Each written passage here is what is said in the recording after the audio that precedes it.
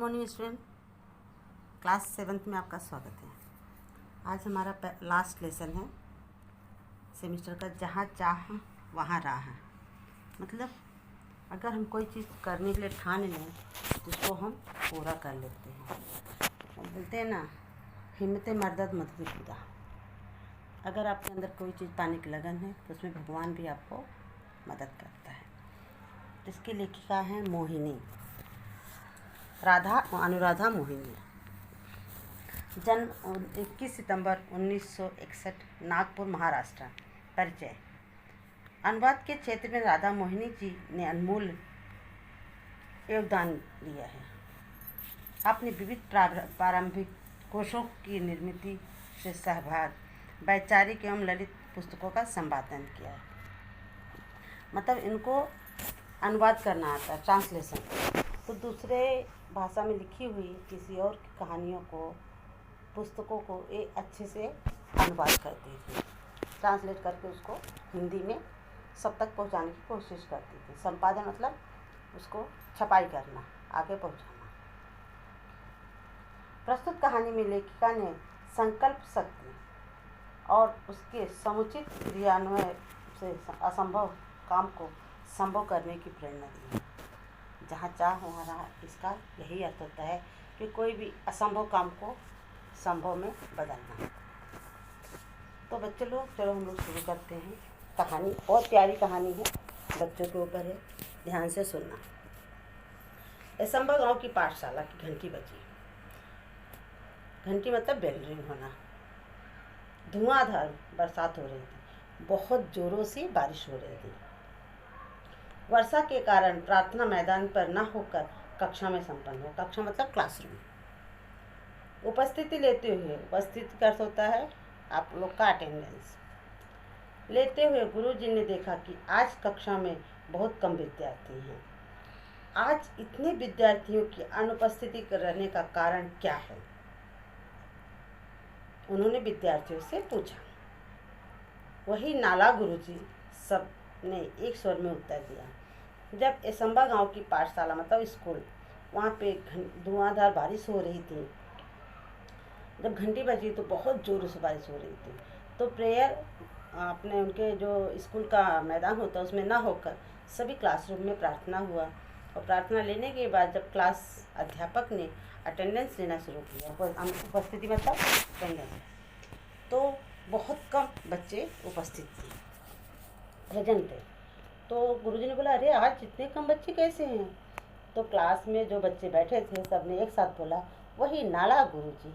मतलब नाला मतलब दो गांव के बीच में छोटा सा ऐसा बहता है, पुल की तरह छोटा रहता है। अगर उसके ऊपर कुछ बनाया नहीं जाए तो लोग पानी में बह जाएंगे, इसके कारण लोग बच्चों को स्कूल नहीं भेजते थे। असंभव गाँव के ठीक बीचों बीच एक नाला बहता था।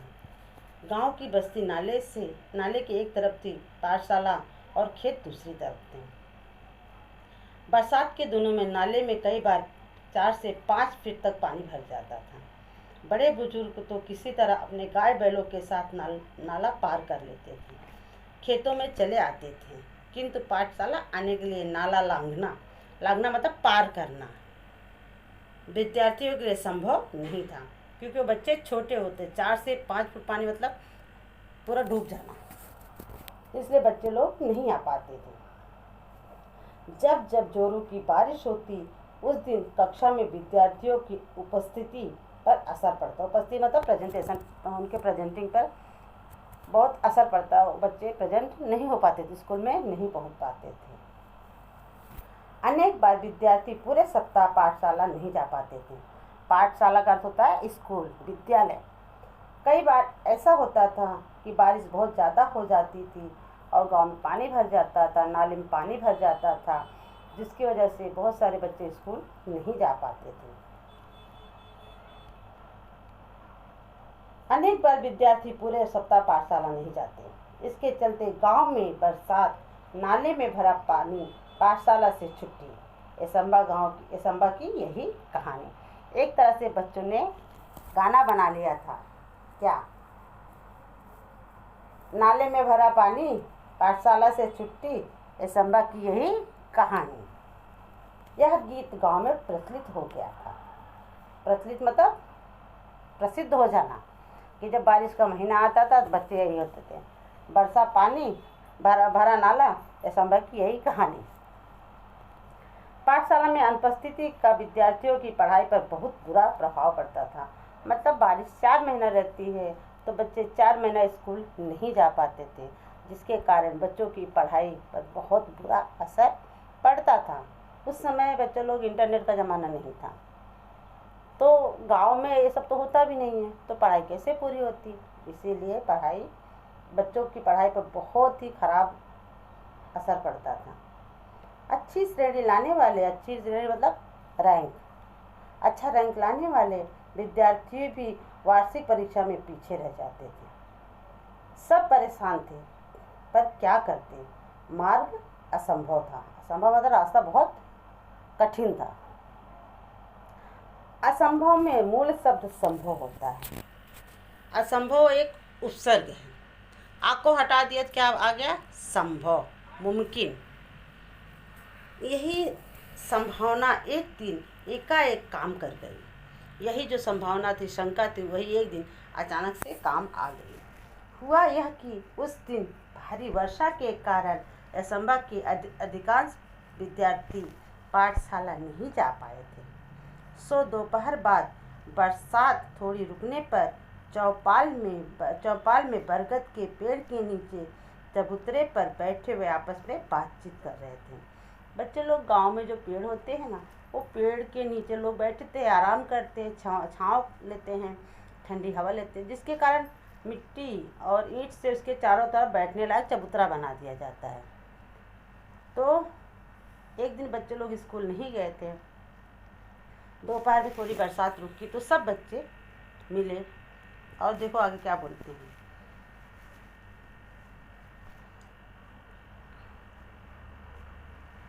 तभी तुषार ने कहा, अरे इस बरगद के पेड़ में भूत है, यहाँ क्यों बैठे हो। भूत सब कोरी कल्पना है, मतलब झूठी सोच है और बकवास है। क्या हम में से किसी ने भूत देखा है। सब केवल मनगढ़ंत बातें, मन की सोची हुई बातें, अपने मन से बना लिया गया बातें। जूही ने कहकर बातचीत आगे बढ़ाई, आज एक और अनुपस्थिति लग गई हो मेरी। जूही ने बोला, मेरी आज एक और एब्सेंटिंग लग गई है। अनुपस्थिति मतलब एब्सेंट लग जाना। अब तक 14 अनुपस्थितियां हो चुकी हैं इस बरसात में। उज्ज्वला ने भरे परेशानी में भरे स्वर में कहा। अब उज्ज्वला ने बोला, इस बारिश के कारण मेरा कुल 14 अनुपस्थिति मतलब 14 एब्सेंटिंग हो चुका है। मेरी तो कुल उपस्थिति शायद 14 होगी, शुभम ने कहा। वो सब हंस पड़े। लेकिन क्या हम हर बरसात में ऐसे ही चर्चा करते रहेंगे और अपनी पढ़ाई का नुकसान होने देंगे। क्या हम ऐसे ही हाथ पर हाथ धरे बैठे रहेंगे।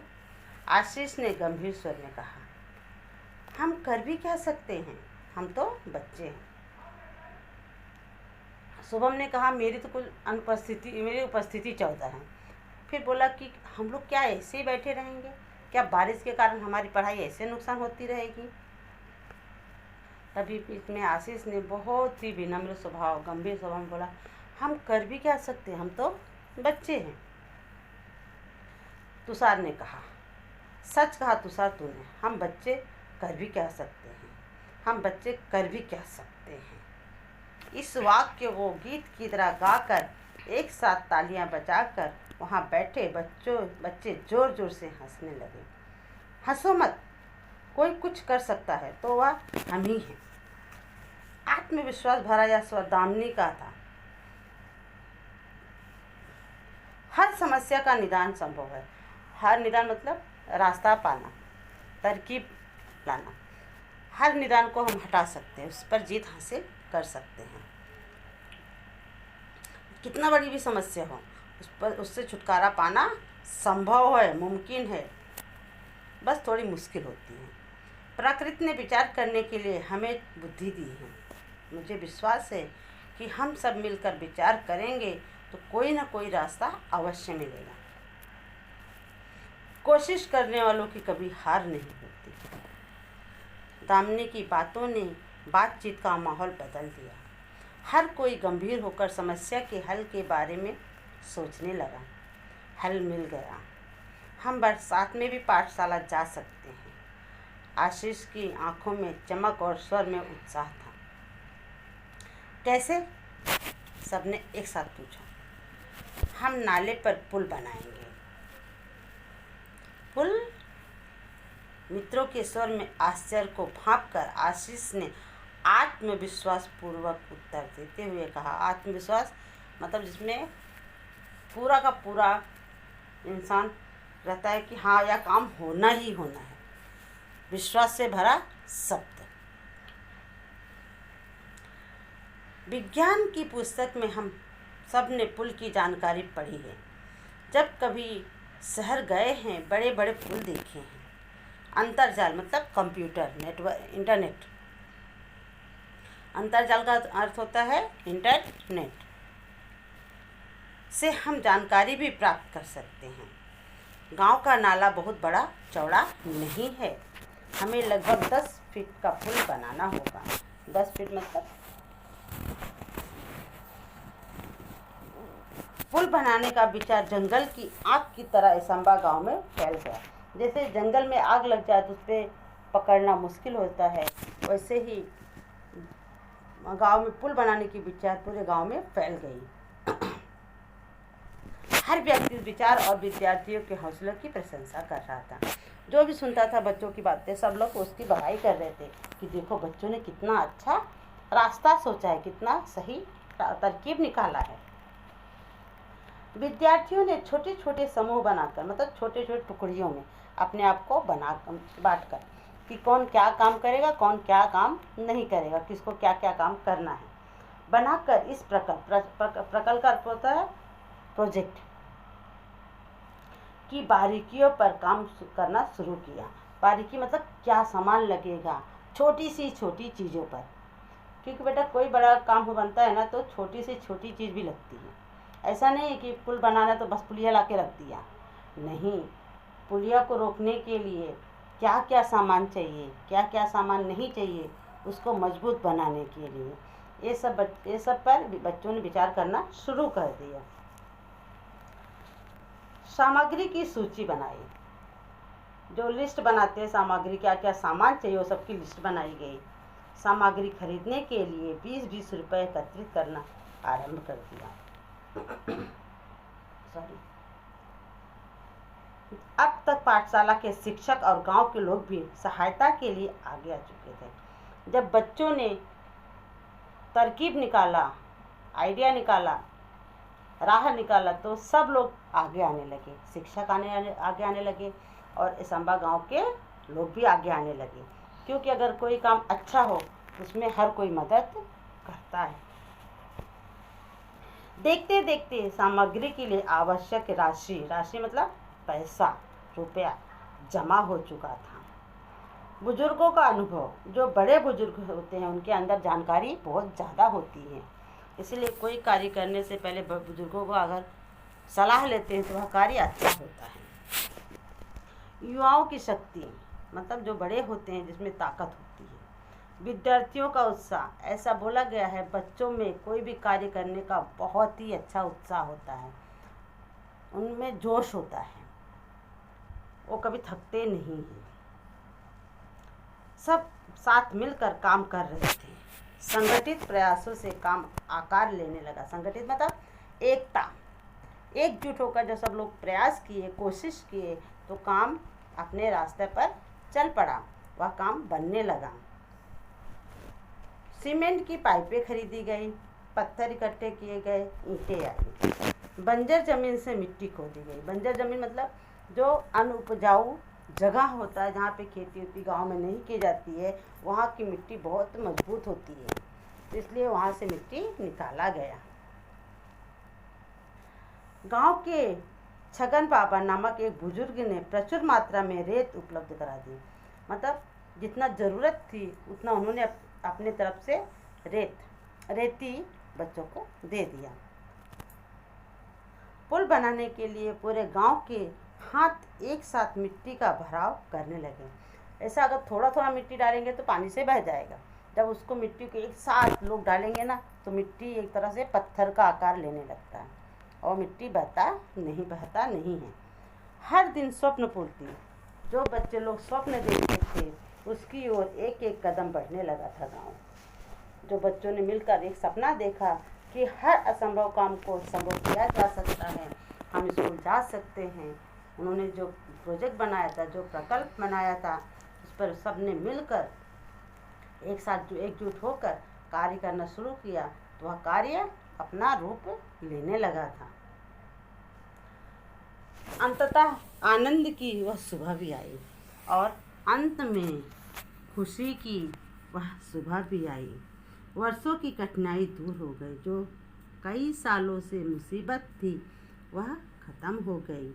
केवल 15 दिनों में ग्रामीणों और विद्यार्थियों के सामूहिक श्रमदान मतलब मेहनत से पुल बनकर तैयार हो चुका था। पूरे गांव के लिए यह अद्भुत मतलब अनोखा, आश्चर्यजनक उपलब्धि थी, मतलब मौजूदगी थी। उनके सामने एक असंभव काम को संभव कर दिखाया गया था। सभी ने एकता संगठन और श्रमदान का महत्व भी समझा था।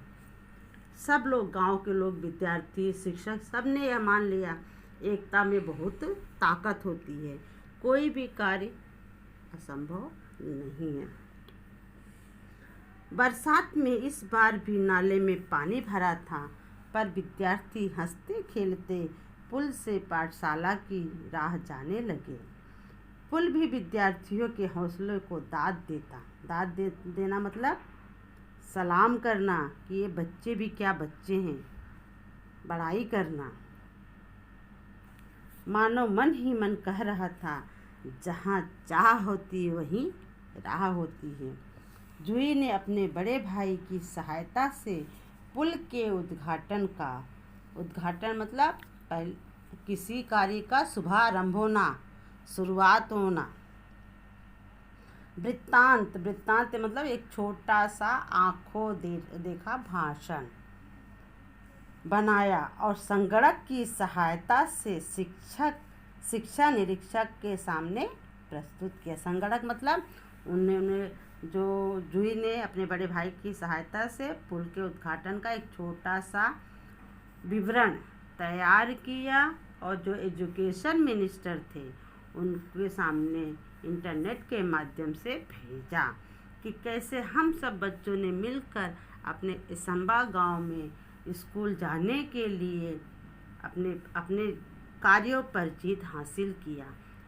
पुल हमारे लिए बाधा बनती थी, लेकिन उस बाधा को हम लोग ने दूर किया। हम लोग मिलकर, शिक्षक, गांव के लोग, विद्यार्थी, तीनों जन मिल के उस हार पर विजय प्राप्त किया। इसीलिए कहते हैं बच्चे लोग, जहाँ चाह होती है वहीं राह होती है। अगर आप लोग कोई चीज़ ठान लो कि मुझे कार्य करना है और आपका सोच सही है तो वह कार्य ज़रूर पूरा होता है। बच्चे लोग समझ में आया सबको? Thank you.